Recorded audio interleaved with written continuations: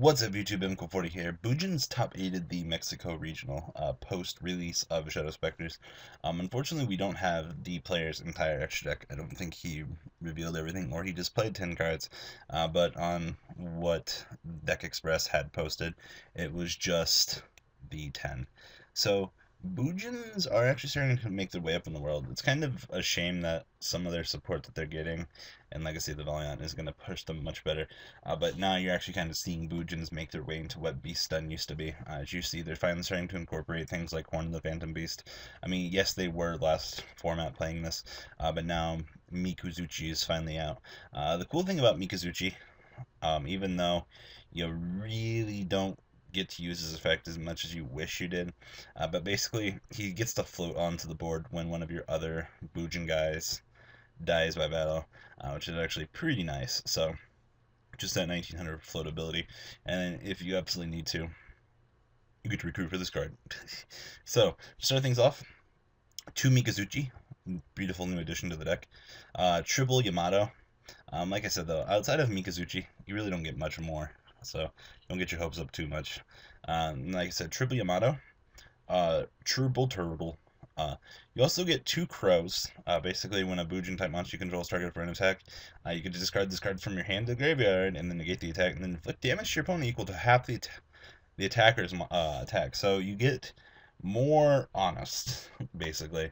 Just, general protection now. So you already had 4 honest. Well, now we have more hand traps to deal with. Isn't that delicious? You also get the 1 Sentai pad. Basically, you get to banish it, and then you get to blow up a spell or trap card your opponent controls. Yay! More broke stuff. Only 1 bear. I'm actually kind of surprised. I thought 2 bears would always be a staple in this, but I assume that the deck is just kind of cutting down on itself. 2 Quillians. Basically same thing as Turtle. You get to pop up face up cards with this guy. So good. And then all of your honest. As for spells, 2 Bujin Carnation. Triple Duality. Deck still doesn't special summon as much as you think it does, so Duality is perfect for this.